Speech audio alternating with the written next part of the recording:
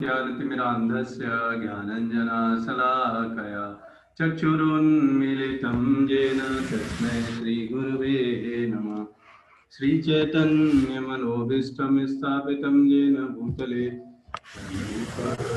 वयं ददाति स्वयं पदान्तिकं वन्देऽहं श्रीगुरो श्रीयुतापदकमलं श्रीगुरुन् वैष्णवां च श्रीरूपं साग्रजातं श्रीगणनाथवितं तं सजीवं साद्वैतं सावधूतं परिजनसहितं कृष्णचैतन्यदेवं श्रीराधा कृष्णपादान् सैगण ललिता श्रीकान्वितांश हे कृष्ण करुणा सिन्धु दीनबन्धो जगत्पते गोपेश गोपिका कान्त राधाकान्त नमोऽस्तुते तप्त काञ्चन गौराङ्गी राधे वृन्दावनेश्वरी वृषभानुसुते देवी प्रणमामि हरिप्रिये वाञ्छाकल्पतरुभ्यश्च कृपा सिन्धुभ्येव च पतितानां पावनेभ्यो वैष्णवेभ्यो नमो नमः। जय श्री कृष्ण चैतन्य प्रभु नित्यानंद श्री अद्वैत गदाधर शिवासादि गौरभक्तवृंद।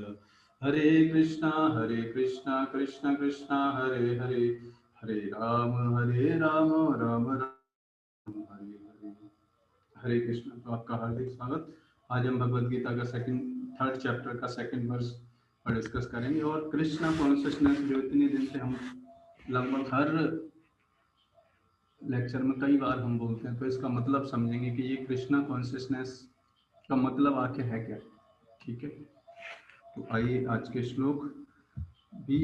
श्लोक में भी अर्जुन प्रश्न पूछ रहे हैं। पहले और दूसरे श्लोकों में अर्जुन के प्रश्न हैं। तो अभी क्या बोल रहे हैं?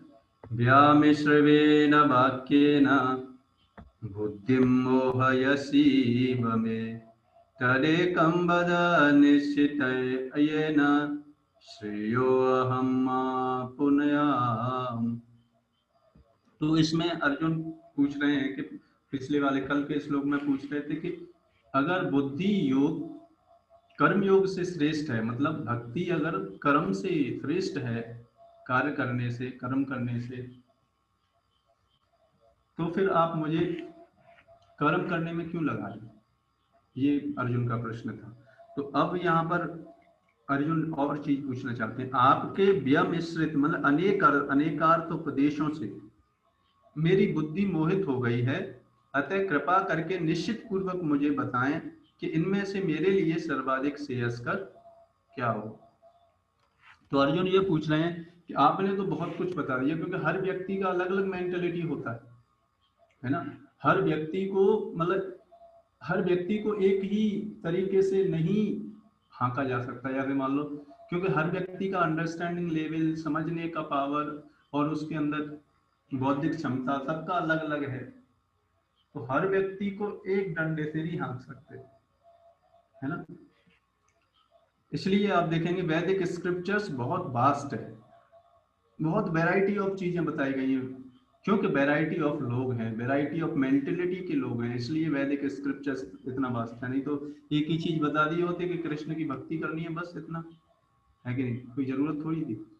लेकिन नहीं, क्योंकि जीव की चेतना ऐसी है, चेतना के आधार पर जीव का वर्गीकरण किया जाता है, कॉन्शियसनेस के आधार पर। और आप देखेंगे कि कॉन्शियसनेस किसका सिम्टम है? आत्मा का। तो इसलिए आप देखो पेड़ों में भी क्या होती है? चेतना होती है, क्योंकि उसके अंदर आत्मा है। पेड़ पौधे जितने भी जीव जंतु हैं, और वर्गीकरण 84 लाख ऑफ स्पीसीज में का वर्गीकरण भी कॉन्शियसनेस के आधार पर ही किया गया। पेड़ पौधे के अंदर सबसे कम चेतना होती है, उससे ज्यादा फिर कीड़े मकोड़े, फिर एक्वाटिक्स, फिर एनिमल्स, फिर मनुष्यों में भी फिर धीरे धीरे करके जो जंगली में रहते हैं, जैसे ट्राइब लोगों को बोलते हैं, उनसे ज्यादा फिर जिनके अंदर कॉन्शियसनेस समझने की क्षमता होती है, या फिर जो शास्त्रों के फॉलो करते हैं वो फिर उससे भी ज्यादा फिर देवता, इस तरीके से वर्गीकरण है काफी 84 लाख ऑफ स्पीसीज का, है ना। तो चेतना बहुत इंपॉर्टेंट रहती है और हर व्यक्ति का चेतना एक समय एक जैसा नहीं रहता है, इसलिए तो भगवान ने बोला कि 3 गुणों के अंदर हम कार्य करते रहते हैं। तो वो 3 गुण क्या है कि हमारी चेतना, वो चेतना की स्टेट है 3। सतोगुण की स्टेट अच्छी होती है, लेकिन इस संसार से निकलने में सतोगुण का इस संसार से निकलने में हेल्प नहीं करती। रजोगुण की इस संसार में रहने के लिए, बार बार रहने के लिए, और तमोगुण की तो और नरक पाप कर्म करने के लिए ये चेतना होती है। तो इसलिए बेस्ट कहा जाता है कि सत्वगुण में एटलीस्ट आ जाना चाहिए और उससे भी ऊपर उठना चाहिए। इसलिए भगवान ने बोला कि इन तीनों गुणों से उठो ऊपर अर्जुन।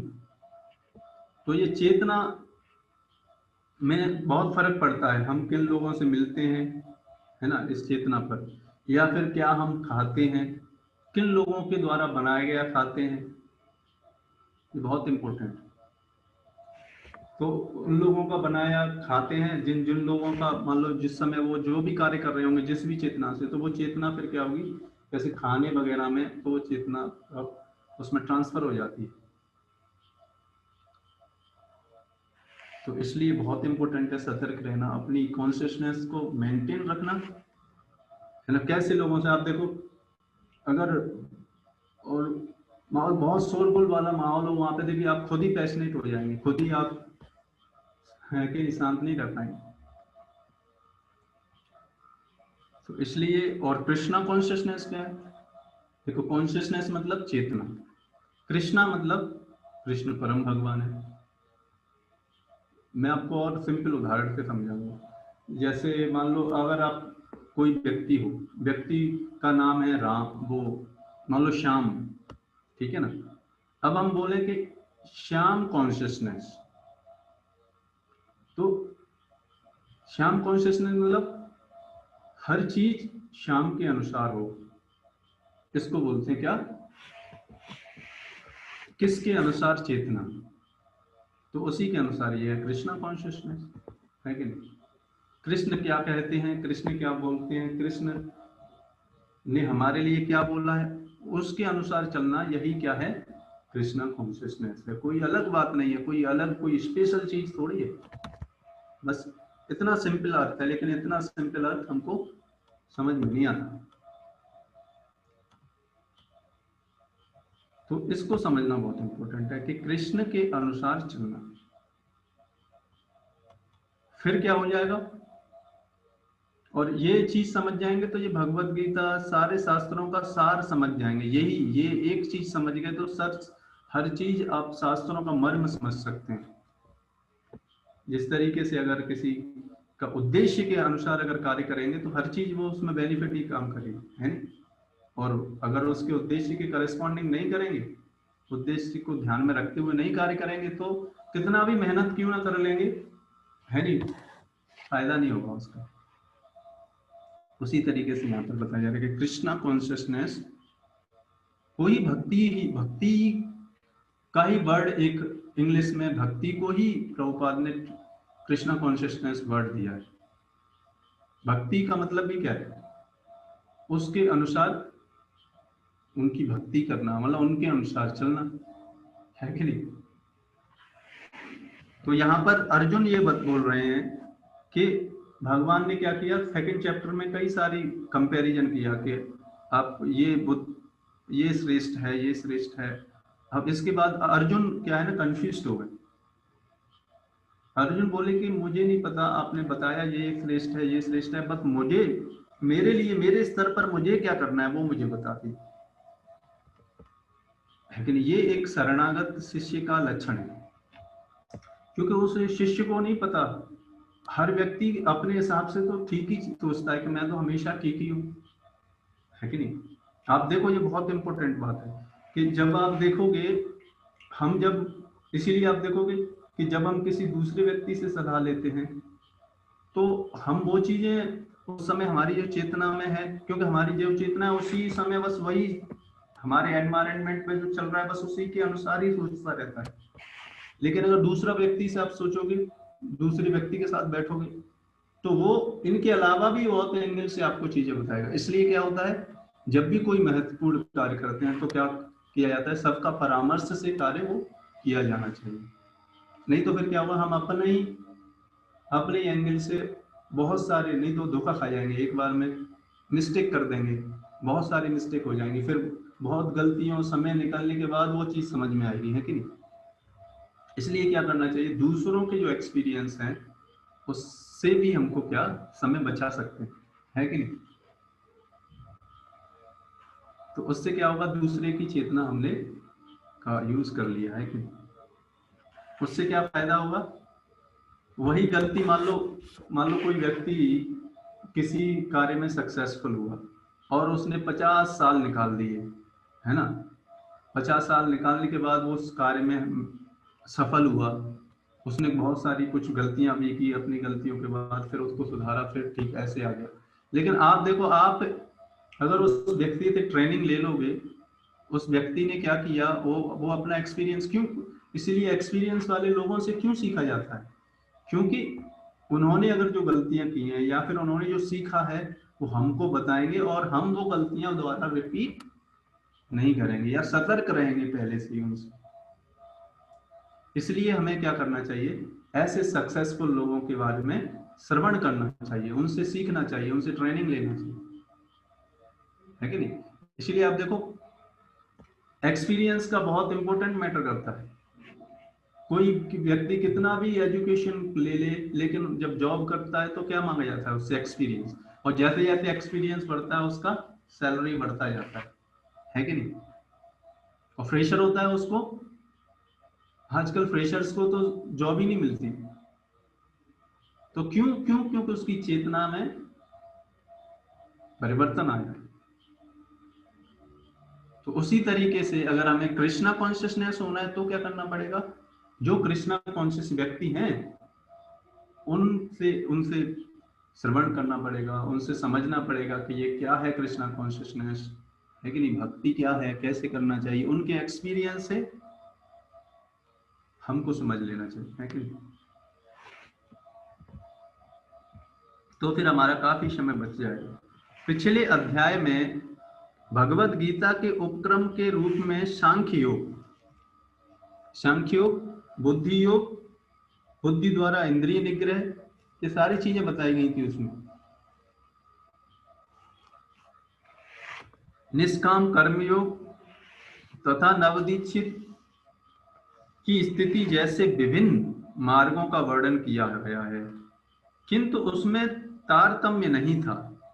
मतलब सारी चीजें बता तो दी भगवान ने कि ये भी ये है, ये कर्म योग है, ये निष्काम कर्म योग है, ये कैसे करना चाहिए, बट अर्जुन को ये नहीं समझ आ रहा कि मैं कौन सा कार्य करूं। तो इसलिए गुरु के की जरूरत पड़ती है, क्योंकि वो हमको देख पाएगा कि हमको क्या जरूरत है। जैसे मान लो आप डॉक्टर के पास जाते हो, है ना, मान लो आपको कोई बीमारी होगी तो आप क्या करोगे, ऐसे थोड़ी करते हो कि कोई भी दवाई खा लेते, है कि नहीं। क्यों,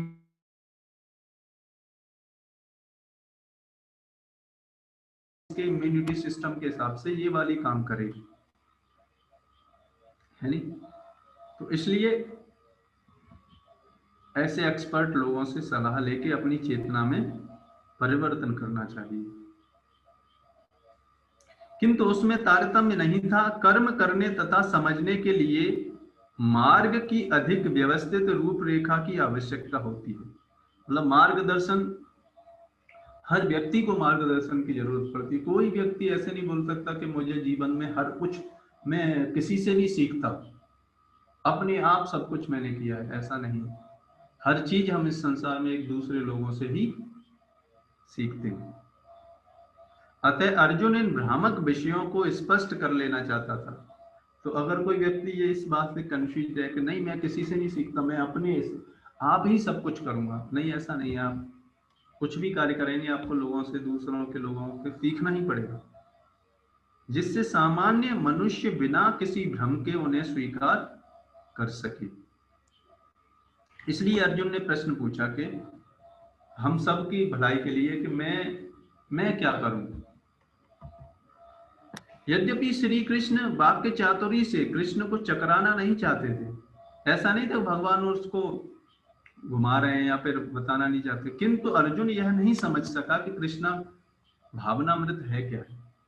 ये बहुत इंपॉर्टेंट है। हम पूरी भगवत गीता भागवतम भी पढ़ लेंगे लेकिन कृष्णा कॉन्शियसनेस क्या है यही नहीं समझ पाएंगे। इसलिए आप देखोगे कि बहुत सारे लोग वैदिक स्क्रिप्चर्स पढ़ लेते हैं, सारे शास्त्र पढ़ लेते हैं, सारे शास्त्रों का नियम भी पालन करते हैं, लेकिन उनको ये नहीं पता कि होता कि कृष्ण परम भगवान है जो कि समझना था इन सारी चीजों के। तो अगर मान लो कोई व्यक्ति ये सब पढ़ भी ले और ये नहीं समझ पाए तो फिर पढ़ने का फल क्या हुआ, जीरो हुआ, है कि नहीं। जो कार्य करना था, जो उसके पढ़ने से समझना था, वो चीज समझ ही नहीं पाए। तो इसलिए यहाँ पर अर्जुन क्या बोल रहे हैं कि मुझे आप बस ये बता दो कि मुझे क्या करना है। इसलिए भगवान अब आगे बताएंगे कि ये करना है, ये करना है। अब अर्जुन युद्ध लड़ने की बात नहीं करेंगे या मैं युद्ध नहीं करना चाहता, ऐसे नहीं बोलेंगे। अब भगवान से ये पूछेंगे कि ऐसी स्थिति में मुझे क्या करना चाहिए। इसलिए ये भगवत गीता की चीजें हमारे लिए बहुत इंपॉर्टेंट है, हमारे जीवन में इंप्लीमेंट करने वाली चीज है। और ये बहुत इंपॉर्टेंट प्रश्न है। हर व्यक्ति इस संसार में क्या है, कंफ्यूज्ड है कि नहीं। उसे पता ही नहीं कि जिंदगी में करना क्या है। तो समस्त शिष्यों के लिए भगवत गीता के रहस्य को समझना चाहते थे। कृष्ण भावनामृत का मार्ग प्रशस्त कर रहा है। तो अर्जुन क्या कर रहे हैं, क्लियर कट अंडरस्टैंडिंग समझना चाहते हैं, है ना। जैसे मान लो कोई दो लोग, एक ही व्यक्ति एक डॉक्टर के पास जाते हैं, दो पेशेंट है ना, और सेम ही बीमारी है, तो भी ऐसा हो सकता है कि वो डॉक्टर एक व्यक्ति को अलग सलाह दे, दूसरे व्यक्ति को अलग सलाह दे। जैसे मान लो कोई चैन स्मोकर है, सिगरेट पीता है बहुत ज्यादा, तो सिगरेट पीने वाले व्यक्ति दोनों, एक कम पीने वाला है, बट दोनों की बीमारी क्या है, सिगरेट छुड़वाना। बीमारी है कि स्मोकिंग, चैन स्मोकर है, छोड़ना चाहते हैं बट छोड़ नहीं पा रहे, बट जाते हैं उसके पास, तो डॉक्टर पूछेगा आप कितनी पीते हो एक दिन में, ये सब पूछेंगे, है नहीं। तो दोनों डॉक्टर देखेगा कि इसकी स्थिति क्या है, मतलब व्यक्ति की स्थिति के हिसाब से क्या किया जाता है, उसको क्या करना है क्या नहीं करना है वो करने का निर्णय दिया जाता है। इसलिए ये क्या है, पर्टिकुलर व्यक्ति का इंडिविजुअलिटी पर डिपेंड करता है। इसलिए आप देखोगे कि हर व्यक्ति, एक ही क्लास में कितने सारे स्टूडेंट पढ़ते हैं, है कि नहीं, और एक ही टीचर पढ़ा रहा होता है, लेकिन होता क्या है, लेकिन कुछ ही लोगों के मार्क्स बहुत ज्यादा आते हैं और कुछ लोगों के बहुत कम आते हैं, कुछ लोगों के बीच में रह जाते हैं। मतलब सबका इसका प्रूफ क्या है, इससे ये सिद्ध होता है कि एक ही टीचर तो पढ़ा रहा है लेकिन पढ़ने वाले व्यक्ति की चेतना में अंतर है ना। इसलिए अर्जुन क्या चाह रहे हैं कि मेरे अनुसार, इसलिए जब भी हम अगर पर्सनल लेक्चर्स में, तो हम क्या डिस्कस करते हैं, लेक्चर्स में या फिर आप कोई बुक पढ़ेंगे तो उसमें जनरल बातें हम डिस्कस करते हैं, और जब पर्सनली बात जब आती है, इसलिए पर्सनल इंटरेक्शन, इसलिए पर्सनल गाइडेंस भक्ति में बहुत इंपॉर्टेंट होता है। क्योंकि जनरल गाइडेंस तो पता चल गया, 4 नियमों का पालन करना है कि नहीं, हरे कृष्ण महामंत्र का जप करना है, लेकिन अब पर्सनल जो प्रॉब्लम्स हैं, है कि नहीं, पर्सनल जो बैड हैबिट्स हैं वो तो अलग अलग है सबकी, उनको कैसे दूर किया जाए, उसके लिए क्या जरूरत पड़ती है, उसके लिए हमें पर्सनल गाइडेंस की जरूरत पड़ती है। इसलिए ये दोनों कॉम्बिनेशन फिट बैठता है, तब हमारी ये चेतना कृष्णा कॉन्शियसनेस आसानी से हो सकती है। क्या, एक तो जनरल गाइडेंस और दूसरा पर्सनल गाइडेंस, ये दोनों का कॉम्बिनेशन जब बैठ जाता है तो व्यक्ति की चेतना में बहुत तीव्रता से परिवर्तन आता है। तो ये आज हमने आपको बताया कि कृष्णा कॉन्शियसनेस क्या है, चेतना का हमारे जीवन में क्या प्रभाव पड़ता है, और इस चेतना को कृष्णा कॉन्शियसनेस रैपिडली तीव्रता से कैसे इसको परिवर्तन किया जा सकता है या इसमें विकास किया जा सकता है, तो वो किस पे डिपेंड करता है, पर्सनल इंटरेक्शन और दूसरा ये जो लेक्चर्स वगैरह हैं, भगवत गीता है, ये जनरल इंस्ट्रक्शंस होती हैं सबके लिए। तो दोनों का कॉम्बिनेशन जब बैठता है तो बहुत तीव्रता से हमारे जीवन में परिवर्तन आता है। तो इसी के साथ हम आज के इस सेशन को यहाँ पर विराम देंगे। कल फिर मिलेंगे कुछ इम्पोर्टेंट श्लोकों के साथ।